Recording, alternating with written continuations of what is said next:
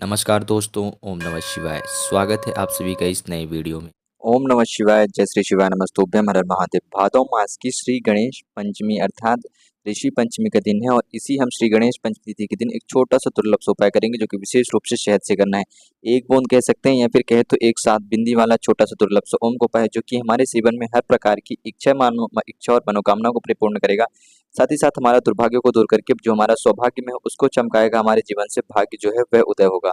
भगवान श्री गणेश जी की अनुकंपा कृपा होगी और श्री गणेश पंचमी अर्थात ऋषि पंचमी जिसे भी हम कहते हैं और श्री गणेश पंचमी के शुभ अवसर पर इस शुभ दिन पर भादौ मास में जो गणेश चतुर्थी पड़ती है, इसी गणेश चतुर्थी की गणेश पंचमी तिथि के दिन ये विशेष उपाय करेंगे पूज्य गुरुदेव जी की अनुकंपा कृपा से कि हम सभी को कैसे उपाय करने हैं, कैसे करने हैं, संपूर्ण जानकारी, संपूर्ण विधि जानेंगे और समझेंगे पूज्य गुरु अर्थात गणेश जी की ये छोटे छोटे से उपाय। तो चलिए जानते और समझते हैं गणेश जी के छोटे से और विशेष उपाय, जिनमें से कि शहद का क्या महत्व होता है और विशेष रूप से पंचमी के दिन शहद पे हम सभी को कौन कौन से उपाय करने चाहिए।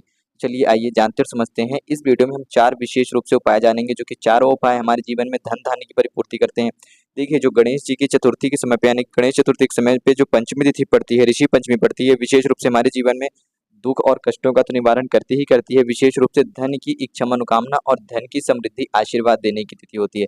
अर्थात यदि हम ऋषि पंचमी के दिन कोई उपाय करते हैं तो हमारे जीवन में धन धान्य की सौभाग्य की प्राप्ति का सबसे विशेष और शुभ दिन होता है। तो हम इस वीडियो में 4 विशेष उपाय जानेंगे, उन चारों में से कोई सा भी एक उपाय कर सकते हैं। तो हम बात करते हैं अपने पहले उपाय की, लेकिन प्लीज उससे पहले वीडियो को लाइक जरूर करिएगा और यदि आप चैनल पर नए हैं तो चैनल को सब्सक्राइब अवश्य रूप से करें या फिर मेरी आवाज पहली बार सुन रहे हैं। तो चलिए हम बात करते हैं अपने पहले उपाय की।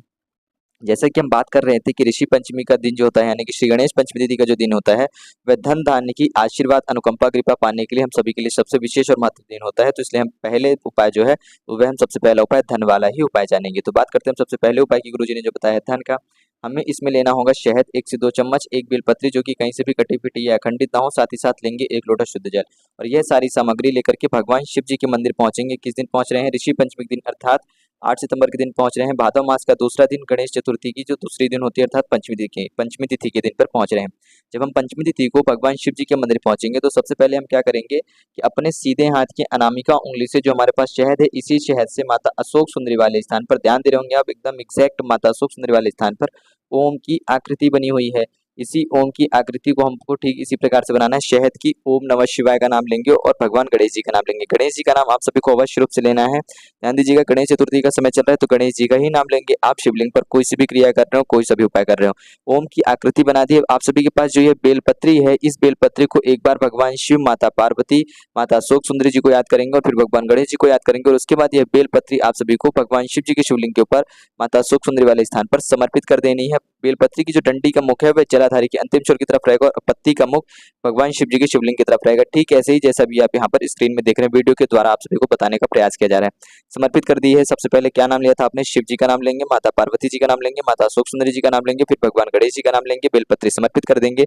आप समर्पित कर देने के बाद जो आपके पास ये 1 लोटा शुद्ध जल है, इस 1 लोटे शुद्ध जल से सबसे पहले आपको जलाभिषेक करना है और यह जलाभिषेक सबसे पहले आप माता अशोक सुंदरी वाले स्थान पर करेंगे बेलपत्री के ऊपर, ओम गम गणपते नमः, और यहीं से जलाभिषेक करते हुए धीरे धीरे आप जल की धारा को ऊपर लेकर के जाएंगे और भगवान शिव जी के शिवलिंग के ऊपर ला करके संपूर्ण रूप से आपको जल समाप्त कर देना है ओम गम गणपते नमः इस नाम मंत्र को लेते हुए। और अंत में भगवान गणेश और भगवान शिव और माता पार्वती, माता अशोक सुंदरी को याद करते हुए, अपने जीवन में रिद्धि सिद्धि की कामना करते हुए, अष्टलक्ष्मी जी की कामना करते हुए आपको प्रार्थना याचना यहाँ पर अपनी समापन करनी है। देखिए, जब आपके ऊपर आपके घर में गणेश जी का वास रहेगा, यदि आपने गणेश जी को बैठा रखा है तो बहुत अच्छी बात है, नहीं बैठा है तो भी आप पूजा आराधना के साथ यदि यह क्रिया करते हैं, गणेश जी का वास होता है और गणेश जी के साथ रिद्धि सिद्धि आपके घर पे आती है, तो माता लक्ष्मी खुद ब खुद आपके घर में आती है। और जहाँ माता लक्ष्मी और गणेश जी का वास रहता है वहाँ कुबेर भगवान जो है, कुबेर देवता, वह अपनी अनुकंपा कृपा जरूर दिखाते हैं और आपके घर में धन धान्य के साथ साथ स्वर्ण की भी पूर्ति होती है, यानी कि जो गहने जेवर हैं, जो सोने की जो अनुकंपा कृपा है वह भी होती है और आपके गहने घर में कहीं ना कहीं से आपको सौभाग्य की प्राप्ति होती है, जिसकी वजह से आपको कुछ ना कुछ जेवरात भी मिलते हैं, यानी कि आपको सौभाग्य मिलता है, आपके पास इतना धन होता है गणेश जी की अनुकंपा कृपा से, माता लक्ष्मी जी की अनुकंपा कृपा से, कि आप कुछ ना कुछ जेवरात कह सकते हैं, यानी कि अंगूठी चैन वगैरह बना करके भगवान को समर्पित कर सकते हैं और अपने घर में रख सकते हैं। तो इस प्रकार से धन की हमारे पर अनुकंपा कृपा होती है इस पहले विशेष उपाय से, जो कि यदि हम ऋषि पंचमी के दिन करते हैं अर्थात गणेश चतुर्थी का दूसरा दिन पंचमी तिथि के दिन। बात करते हैं हम अपने अगले और दूसरे उपाय की। तो यह उपाय देखिए विशेष रूप से रोगी व्यक्तियों के लिए है कि गणेश जी जहाँ रहते हैं वहां पे रोग पीड़ा कष्ट विग्रह जो है, दुख जो है, संकट जो है, ऐसी समस्याएं नहीं रहती है। तो गणेश जी की कृपा पाते हुए, ऋषि पंचमी जी की अनुकंपा कृपा पाते हुए, अपने जीवन को स्वस्थ और तरोताजा बनाते हुए, अपने जीवन को रोग रहित बनाते हुए हम सभी को एक छोटा सा उपाय करना चाहिए। क्या करना है? 1 लोटा शुद्ध जल लेंगे, साथ में लेंगे थोड़ा सा 1 से 2 चम्मच शहद और भगवान शिव जी के मंदिर पहुंचेंगे। शिव जी के मंदिर पहुंच करके सबसे पहले क्या करना है, हम सभी को ठीक से पुनः ओम की आकृति ही बनाएंगे माता शोक सुंदरी के स्थान पर ही, क्योंकि माता शोक सुंदरी भगवान गणेश जी की बड़ी बहन है। यहाँ पर हम ओम की आकृति बनाएंगे गणेश जी का नाम लेते हुए। देखिए ध्यान दीजिएगा आप कि नाम क्या ले रहे हैं आप, गणेश जी का, और जो आकृति बना रहे हैं यानी कि जो वहां पर लिख रहे हैं वह ओम भगवान शिव जी का मंत्र है। बना किस स्थान पर रहे हैं, माता शोक सुंदरी के स्थान पर, अर्थात आप भगवान गणेश जी को याद कर रहे हैं कि हमारे घर में सुख शांति समृद्धि ऐश्वर्य कीर्ति आए।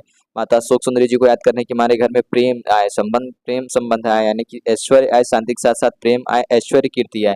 शिव जी को याद कर रहे हैं, ओम बना रहे हैं ताकि आपके घर से हर प्रकार के दुख कष्ट संकट विघ्न बाधा ऐसी समस्याएं दूर हो और व्यक्ति जो है उसका जीवन तरोताजा स्वस्थ रहे। किसी भी व्यक्ति को किसी भी प्रकार की रोग हो या पीड़ा हो या बहुत ज्यादा शरीर में दर्द रहता है या कष्ट रहता है तो उस व्यक्ति को ये उपाय जरूर करना चाहिए। रोगी व्यक्ति स्वयं करते हैं तो बहुत अच्छी बात है, अन्यथा आप भी अपने रोगी व्यक्ति के लिए कर सकते हैं कि जो भी आपके घर में मौजूद व्यक्ति होगा उसके लिए आप ये उपाय कर सकते हैं।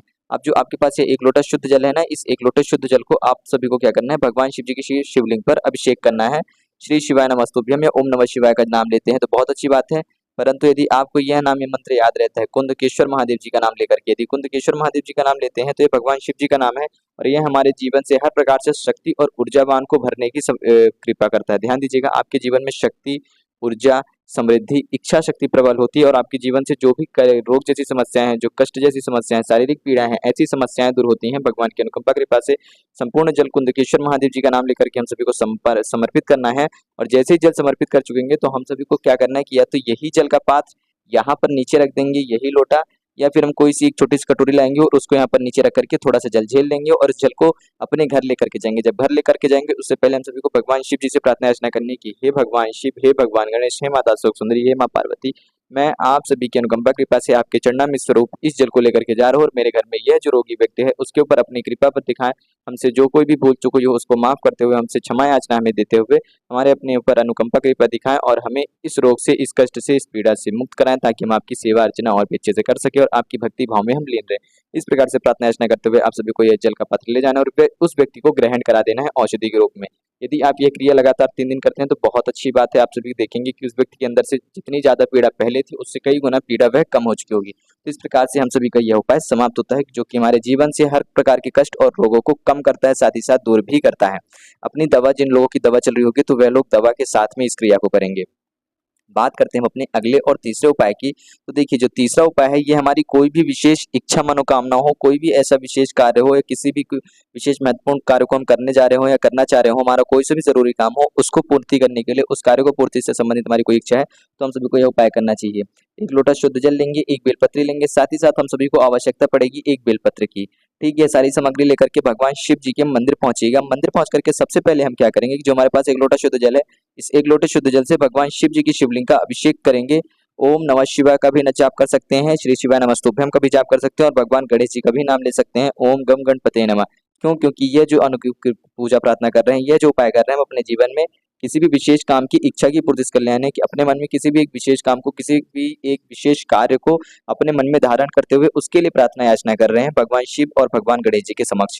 ठीक, तो आपने जल समर्पित कर दिया है। अब जल समर्पित कर देने के बाद आपके पास यह जो बेलपत्री है, इस बेलपत्री को आपको अपने सीधे हाथ की हथेली में रखना है और हथेली में रखने से पहले क्या करेंगे कि जो आपके पास शहद था ना, इस शहद से आपको लेपन करना है। ध्यान दीजिएगा कि आपके पास जो शहद है, इसी शहद से आपको इस बेलपत्री पर, बेलपत्री की यह जो बड़ी वाली पत्ती दिख रही है, इसी पत्ती पर आप सभी को अच्छे से लेपन कर देना है, जैसा कि अभी आप यहाँ पर देख रहे हो। अच्छे से लेपन कर दिया आपने बड़ी वाली पत्ती पर। ठीक, अपने सीधे हाथ में इस प्रकार से आपने इस बेलपत्री को रख लिया। अब जब आपने अपने सीधे हाथ में इस प्रकार से इस बेलपत्री को रख लिया है तो आपकी जो भी विशेष इच्छा मनोकामना थी, जिस भी काम से संबंधित आप ये उपाय करना चाह रहे हैं, जिस भी कार्य से संबंधित आप ये उपाय करना चाह रहे हैं, उस कार्य को मन ही मन याद करते हुए, उसके लिए प्रार्थना याचना करते हुए भगवान शिव, भगवान गणेश, माता पार्वती और माता शोक सुंदरी, ध्यान दीजिएगा, भगवान शिव, भगवान गणेश, माता पार्वती अर्थात माता जगत जननी और माता शोक सुंदरी जी, चारों देवताओं का आप नाम लेंगे, मन ही मन उन्हें सुमिरन करेंगे, अपनी उस कामना और इच्छा को मन ही मन याद करेंगे, उनसे प्रार्थना याचना करेंगे कि हे प्रभु, हे भगवान, हमारे इस कार्य को परिपूर्ण करने में हमें आशीर्वाद प्रदान करें, हमें शक्ति दिलाएं, हमें बुद्धि, विद्या, विनय, ज्ञान दें और हमारे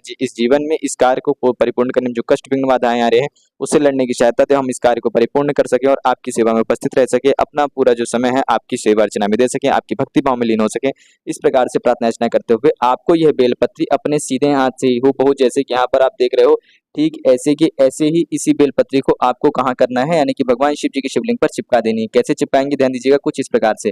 अपने सीधे हाथ में अपने बेलपत्र रखी थी, अब उसको पलटा देंगे भगवान शिव जी के शिवलिंग पर और इसी प्रकार से चिपका करके छोड़ देनी है। ध्यान दीजिएगा, इसी प्रकार से आपको अपनी बेलपत्री वहां पर ऐसी लगानी है, शहद थोड़ा अधिक मात्रा में लगाइएगा कि ताकि आपकी बेलपत्री वह चिपक जाए और आपकी जो भी इच्छा मनोकामना थी उसके लिए प्रार्थना याचना करके आपने चिपका दी है। आपकी जो भी कामना थी उसके लिए पुनः से आप अंतिम में एक बार कामना करेंगे, भगवान शिव, भगवान गणेश, माता पार्वती और माता सुख सुंदरी जी का नाम लेंगे, उनसे वे आप प्रार्थना याचना करेंगे और वहां से वापस आ सकते हैं। यहाँ पर हम सभी का तीसरा उपाय समाप्त होता है, जो कि हमारी किसी भी विशेष इच्छा मनोकामना किसी भी कार्य को परिपूर्ण करने की हम सभी की सहायता करता है और हम सभी को आशीर्वाद प्रदान करते हैं भगवान गणेश और भगवान पार्वती, माता शिव, भगवान शिव जी। अब हम बात करते हैं अपने अंतिम चौथे और सबसे विशेष महत्वपूर्ण उपाय की। देखिए, हमारे जीवन में किसी भी प्रकार का कष्ट हो, किसी भी प्रकार की संकट हो, कोई भी प्रकार का बाधा हो, हम अपने जीवन में, ध्यान दीजिएगा, हम अपने जीवन में यदि बहुत ज्यादा परेशान चल रहे हैं, बहुत ज्यादा दुखी चल रहे हैं, बहुत ज्यादा समस्याओं में चल रहे हैं, सबसे ज्यादा हमारे जीवन में यदि समस्याएं आती हैं तो आर्थिक तंगी की आती है, अर्थात धन की समस्या आती है, आर्थिक समस्याएं आती हैं। आर्थिक समस्याएं ऐसे कि हमारे पास आमदनी तो है, हम जितना आमदनी कमा रहे थे, हमारे पास जितनी आय हो रही थी, उदाहरण के तौर पर यदि बात करें कि हमारे पास जो आमदनी हो रही थी, यदि वह 100 रुपए की आमदनी पहले हो रही थी तो अभी भी हमारे पास 100 रुपए की ही आमदनी हो रही है।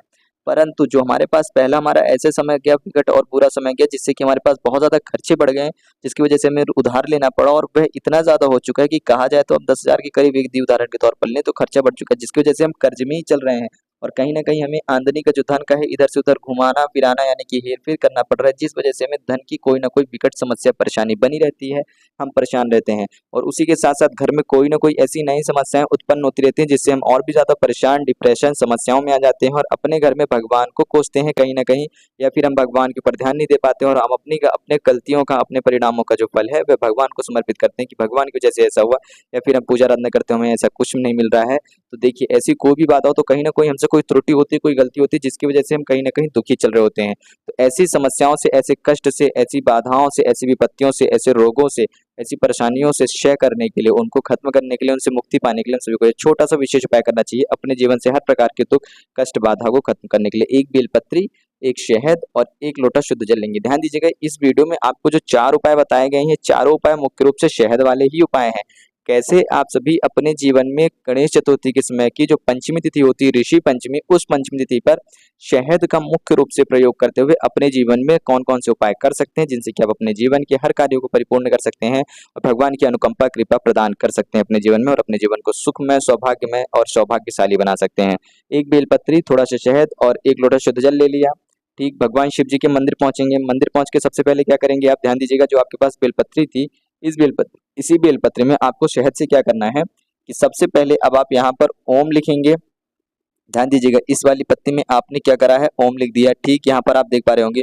उसके बाद 2 छोटी छोटी पत्तियों में आपको 2 टीकी लगानी है, 2 बिंदी लगानी है। बिंदी लगा दी, ओम लिख दिया, भगवान माता पार्वती जी को और भगवान गणेश जी को याद करके 2 बिंदी लगा दी। अब इसी बेलपत्री को भगवान शिव जी के शिवलिंग के ऊपर समर्पित कर दिया है। ओम नमः शिवाय का जाप करते हुए बेलपत्री समर्पित कर दी। बेलपत्री का जो मुख है, आप यहाँ पर खड़े हैं, पत्ती का मुख आपकी तरफ रहेगा, डंडी का मुख आपसे विपरीत रहेगा। समर्पित कर देने के बाद आपके पास एक लोटा शुद्ध जल है और थोड़ा सा शहद है। यह 7 बिंदी वाला उपाय है, ध्यान दीजिएगा।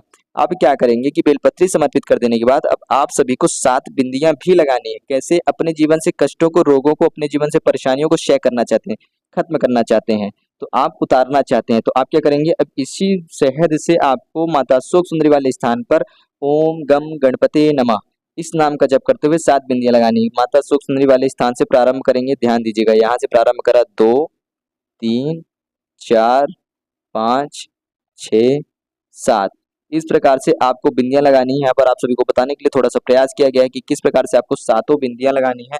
और ध्यान दीजिएगा, आप सभी ने ये जो 7 बिंदियां लगाई हैं, ये उतारते हुए लगाई हैं, यानी कि आपने ऊपर से नीचे की तरफ लगाई है। माता सुख सुंदरी के स्थान से प्रारंभ कर जलाधारी के अंतिम छोर पर आए हैं, ताकि आपका जो जीवन से जो कष्ट है, जो कलेश है, जो परेशानी है, जो समस्याएं हैं, जो विघ्न बाधाएं हैं, उनका क्षय हो, वह आपके जीवन से धीरे धीरे उतरती जाए, उनका खात्मा हो। तो इसलिए आपने ऊपर से नीचे की तरफ लगाया है अपने जीवन से हर परेशानियों को, हर समस्याओं को क्षय करने के लिए।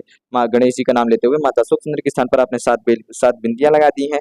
आपने यहाँ पर बेलपत्री समर्पित करी है जिसमें ओम की आकृति और भगवान शिव और माता पार्वती और भगवान गणेश जी को याद करके बिंदी लगाई थी। अब आपने अपने जीवन के लिए प्रार्थना याचना कर ली, भगवान शिव जी से करी है, माता पार्वती जी से करी है, भगवान गणेश जी से प्रार्थना याचना करी है। अब बचा हुआ शेष यह 1 लोटा शुद्ध जल आपको भगवान शिव जी के शिवलिंग पर समर्पित करना है।